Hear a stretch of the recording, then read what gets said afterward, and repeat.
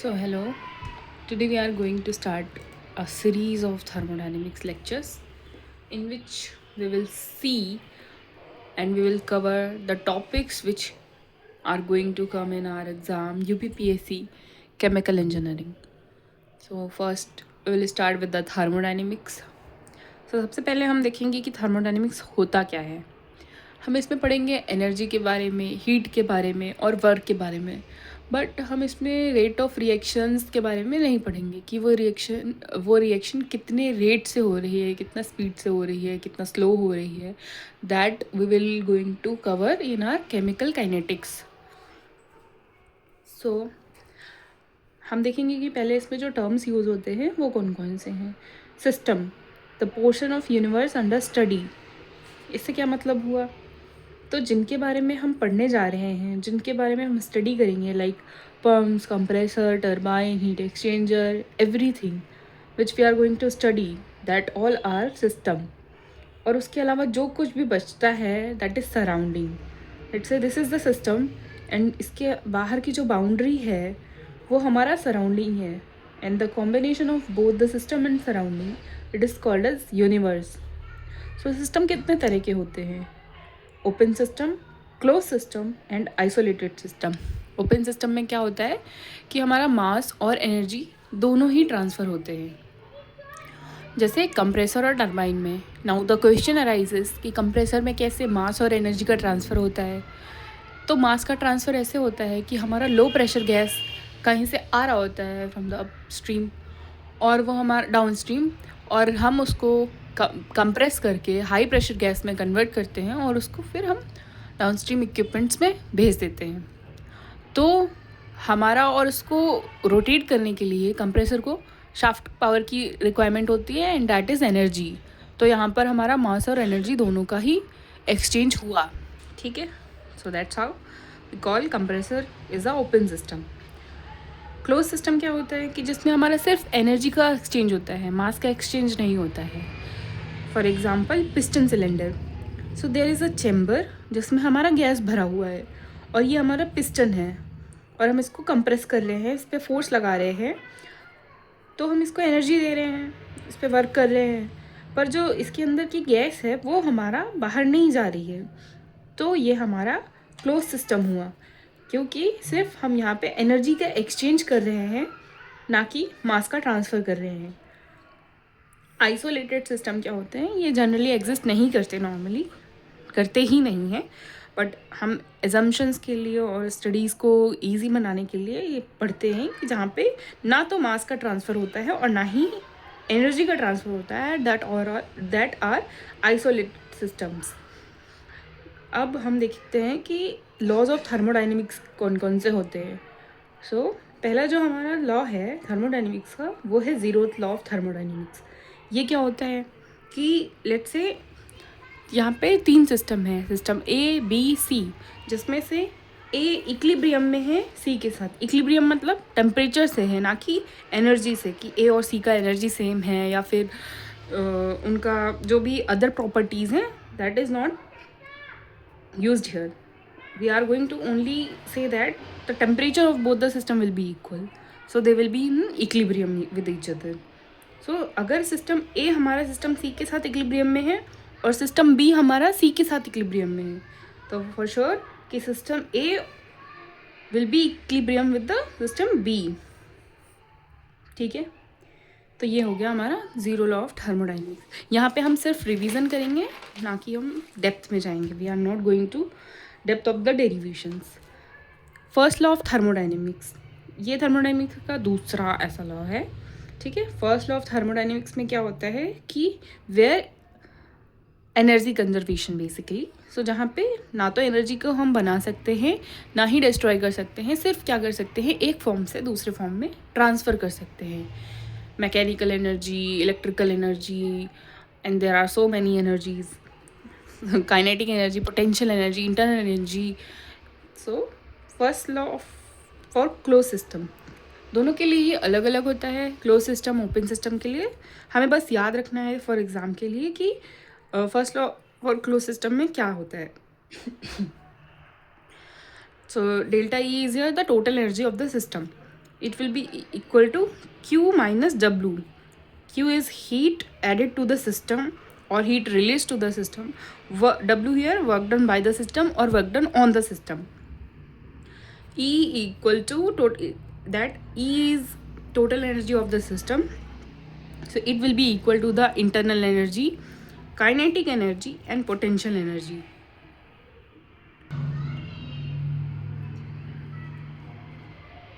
Q delta U, we are replacing here delta E with the delta U. Delta U is equals to Q minus W. Formula याद रखना, exam में आ सकता है. Now we are going to study about the special processes. 4 तरह के special processes होते हैं जिसमें कभी कांस्टेंट हमारा प्रेशर होता है, कभी वॉल्यूम कांस्टेंट होता है, कभी टेम्परेचर कांस्टेंट होता है और कभी एनर्जी और मास कांस्टेंट होता है. तो हमारा जब वॉल्यूम कांस्टेंट रहता है तो हमारा ये इक्वेशन क्या आता है, Q is equals to internal energy, और जहाँ पे वर्क डन हमारा 0 रहता है. कैसे? W is equals to P D V, जहाँ पे क्योंकि वॉल्यूम कांस्टेंट है तो V1 is equals to V2 होगा, और dV क्या होता है, dV is equals to V2 minus V1. तो दोनों बराबर हैं तो dV इज इक्वल्स टू 0 हो गया, तो हमारा वर्क डन 0 आ गया. ऐसे ही हमारा कांस्टेंट प्रेशर प्रोसेस होता है जिसमें Q is equals to delta H होता है. कैसे? H is equals to U plus PV. तो अगर प्रेशर कांस्टेंट है तो P 0 हो गया, P 0 हो गया तो H is equals to U हो गया. ठीक है. अभी आइसोथर्मल प्रोसेस में क्या होता है, इंटरनल एनर्जी 0 होती है और Q is equals to W. Adiabatic process क्या होता है, जिसमें हीट 0 होता है और internal energy equals to the negative sign of work done. First law for open system, steady flow energy equation, SFEE. Equation याद रखने का इतना इम्पोर्टेंट नहीं है, पर फिर भी अगर एग्जाम में आता है तो हम याद रखेंगे. Q minus W is equals to delta H plus delta KE plus delta PE. Sorry, आपको दिख नहीं रहा होगा ये. तो because this is the steady state, तो so here assumptions is steady state, negligible kinetic energy and potential energy. So the equation will be Q minus W is equals to delta H. Now we will see second law of thermodynamics. Second law of thermodynamics क्या बोलता है कि जो first law है वो हमें सिर्फ heat how much energy के बारे में बताता है, ना कि उसका डायरेक्शन क्या होगा कि वो लो टेम्परेचर से हाई टेम्परेचर की तरफ होगा या फिर हाई टेम्परेचर से लो टेम्परेचर की तरफ होगा. तो हमारा जो फर्स्ट क्लासियस स्टेटमेंट है वो क्या बोलता है कि heat can not flow spontaneously from a colder body to hotter body without external work. Okay, basis of refrigeration. और दूसरा स्टेटमेंट क्या बोलता है कि Kelvin Planck statement, it states that it is impossible to construct a heat engine that converts all heat absorbed into the work. ऐसा अभी कोई system नहीं बना है जो 100% एफिशिएंट हो. अब हम साइन कन्वेंशन के बारे में देखेंगे. थर्मोडाइनमिक्स में ये बहुत ही यूज़फुल चीज़ है. इसको बहुत इजीली हम याद रख सकते हैं कि अगर कोई हीट है जो सिस्टम में एंटर कर रही है दैट विल बी पॉजिटिव. जैसे हमारा सिस्टम है तो अगर इसमें कोई हीट एंटर कर रही है तो दैट विल पॉजिटिव, और अगर ये सिस्टम से रिलीज़ हो रही है so it will be negative. ठीक है. साइन कन्वेंशन याद रखने के लिए इसमें देखते हैं कि QH यहाँ पे हमारा हीट सप्लाइड है और QL हीट रिलीज्ड है. तो अगर हमारे सिस्टम पे इनटू द सिस्टम है तो प्लस, जैसे कि मैंने बोला heat entering to the system. System क्या है यहाँ पर, पंप, टरबाइन, हीट एक्सचेंजर.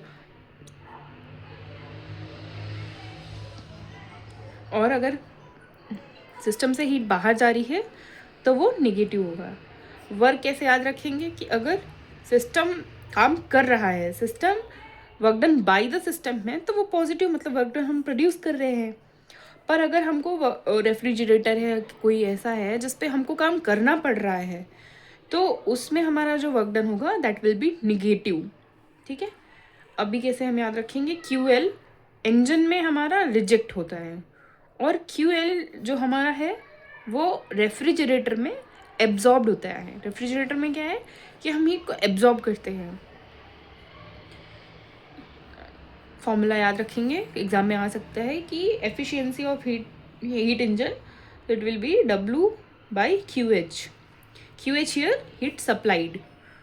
तो ऐसे इसको याद रखते हैं कि हमारा कोई हॉट सोर्स है, वहाँ से हमने QH हीट, वो हम उसने हीट सप्लाई किया and it is going into the system. ये हीट इंजन एक सिस्टम है जिसमें जा रहा है, तो इट विल बी पॉजिटिव। और हमारा यहाँ से हीट निकला, हीट रिलीज हुआ, दैट विल बी निगेटिव। और हीट इंजन से हमने वर्क को प्रोड्यूस किया, तो that will be positive. Okay, हमने बाय द सिस्टम मतलब काम किसके द्वारा किया गया, हीट इंजन के द्वारा। Heat work is produced by the heat engine, so that will be positive. Now will see in what will happen in refrigerator. The purpose of refrigerator is to remove heat from the cold space. हमारा fridge में जो भी heat है उसको वहाँ से वो बाहर निकालता है और उसका टेम्परेचर मेंटेन करता है। That is the purpose of the refrigerator. तो coefficient of performance for refrigerator is equals to heat absorbed divide by work done. Let's say cold space है जहाँ से, वहाँ से रेफ्रिजरेटर क्या करता है, हीट को एब्जॉर्ब करता है। तो जो भी यहाँ पे QL क्या है, heat absorbed from the cold space.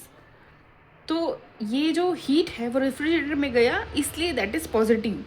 And QH जो है वो हीट सप्लाई हो रहा है सराउंडिंग में, so it will be negative because it is going outside from the system. और यहाँ से हमको वर्क डन करना पड़ रहा है, क्योंकि नॉर्मली ऐसा नहीं होता है कि हमारा फ्लो कैसे होता है। जैसे लेट्स से चाय है, हमारा चाय का प्लेट है, चाय गर्म होता है, और ये सराउंडिंग है हमारा। सराउंडिंग का टेम्परेचर कम है और चाय का टेम्परेचर ज़्यादा है, तो ये हमारा यहाँ से यहाँ हीट का फ्लो होता है ज़्यादा टेम्परेचर से कम टेम्परेचर के, high temperature to low temperature. पर अभी हम क्या कर रहे हैं, हमारा फ्रिज है which is at low temperature and the surrounding is high temperature. Okay, so heat will be going into the system. पर ऐसा नहीं होता है ना, क्योंकि हमको इस फ्रिज के अंदर का टेम्परेचर मेंटेन करना है। तो क्या होगा कि हमको इस सिस्टम पे कम काम करना पड़ेगा। We have to do work on the system, ताकि ये हीट को यहाँ से निकाल के उल्टा प्रोसेस करे और वो हाई टेम्परेचर सराउंडिंग में हीट को रिलीज़ करे। तो इसके लिए हमको इस रेफ्रिजरेटर पे काम करना पड़ेगा। ओके, लेट्स से हम इससे समझ सकते हैं कि हमारा जो प्रेशर का फ्लो होता है वो high pressure to low pressure होता है, but by the use of pump we throw the low pressure fluid to the high pressure systems. Let's say high pressure, हमारा फ्लो नॉर्मली इस डायरेक्शन में high pressure to low pressure होता है, पर low pressure to high pressure हम pump के through करा सकते हैं, बट हमको पंप पे काम करना पड़ेगा। Same goes for this refrigerator. So we are taking heat from the cold space, heat absorb and we are releasing the heat to the atmosphere surrounding, it will be negative. I hope आपको ये concept समझ में आया होगा। अगर नहीं आता है तो आप कमेंट सेक्शन में बता सकते हो, मैं इसको वापस से रिपीट कर दूँगी। Now we are going to the study about entropy. Entropy denoted by the letter of S for isolated system. याद रखना कि एंट्रोपी कभी नेगेटिव नहीं हो सकती है, that will be the impossible process in which the entropy will be negative. So entropy will be always greater than 0 or equal to 0. If it is greater than 0, it is a irreversible process, and when entropy will be equal to 0, it will be reversible process. For isolated system, the S universe will be greater or equal to 0. बहुत सारे लोगों के दिमाग में entropy को लेके बहुत सारा कन्फ्यूजन होता है, तो हम इसको समझेंगे कि एक्चुअली एंट्रोपी होता क्या है. तो It is a thermodynamic property which is defined as the ratio of reversible heat transfer to the absolute temperature, और उसका यूनिट क्या होता है, किलो जूल पर केजी इंटू केल्विन। तो ये क्या डिनोट करता है, it represent degree of disorder और randomness in the system. Entropy ये डिनोट करता है कि उस सिस्टम में कितना डिग्री ऑफ डिसऑर्डर होगा या फिर कितना रेंडमनेस है प्रोसेस में, वो पॉसिबल है या नहीं, वो रिएक्शन हो सकता है या नहीं, दैट इज स्पॉन्टेनियस और not. It also represent the direction of natural processes. Higher entropy, less useful energy. Entropy and second law of thermodynamics, how they are related. So the entropy of the universe is equals to the entropy of the system plus entropy of the surroundings, which will always be greater or equal to 0. It tells process is possible or not, as I have already mentioned. Natural processes occur in the direction of increasing entropy. अगर हमारा entropy positive है, greater than 0 है, तो natural जो process है, अगर entropy ज़्यादा है तो वो प्रोसेस नेचुरल डायरेक्शन मतलब होगा, वो process is possible. Entropy generation indicates, जब हमारा एंट्रोपी जनरेशन होता है तो that indicates the friction losses, mixing, heat transfer across delta T increases entropy. Entropy change for common processes, ये हमको फॉर्मूले ऐसे याद रखने हैं। For isothermal process delta is equal to mR/ln(V2/V1). Constant pressure है अगर हमारा तो delta is equal to mCp(ln(T2/T1). Constant volume है then delta is equal to mCv(ln(T2/T1). ln is log ln base E. तो हमको ये फॉर्मूले याद रखने हैं। अगर हमारा प्रेशर कांस्टेंट है तो Cp याद रखना है, अगर वॉल्यूम कांस्टेंट है तो Cv याद रखना है, बाकी सब तो सेम ही है।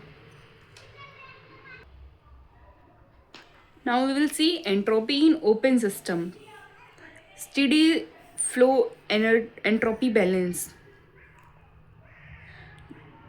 तो ये नॉर्मल जो हमारा input is equals to output होता है अगर स्टेडी स्टेट है, और बाकी चीज़ें भी हम नेगलेक्ट करते हैं या फिर, तो वो इक्वेशंस होती हैं।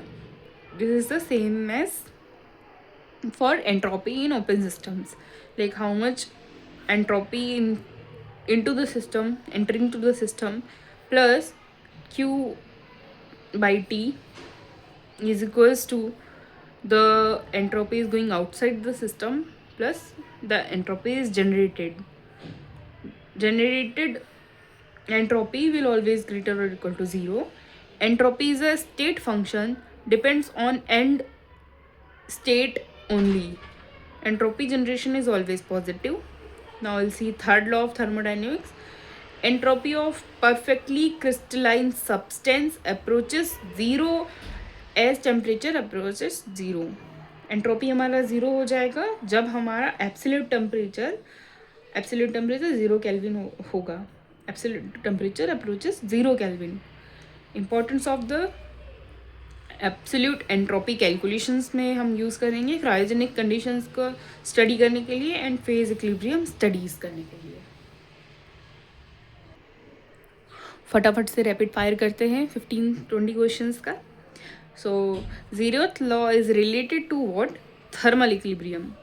Property defined by zeroth law is temperature.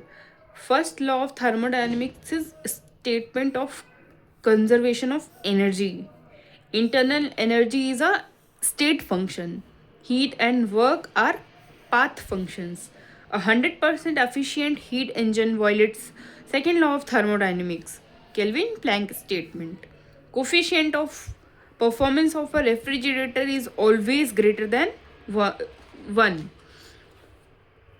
Entropy is a measure of irreversibility, disorder, and energy unavailability. Refrigerator work on Clausius statement. Clausius statement क्या है आप कमेंट में बताना।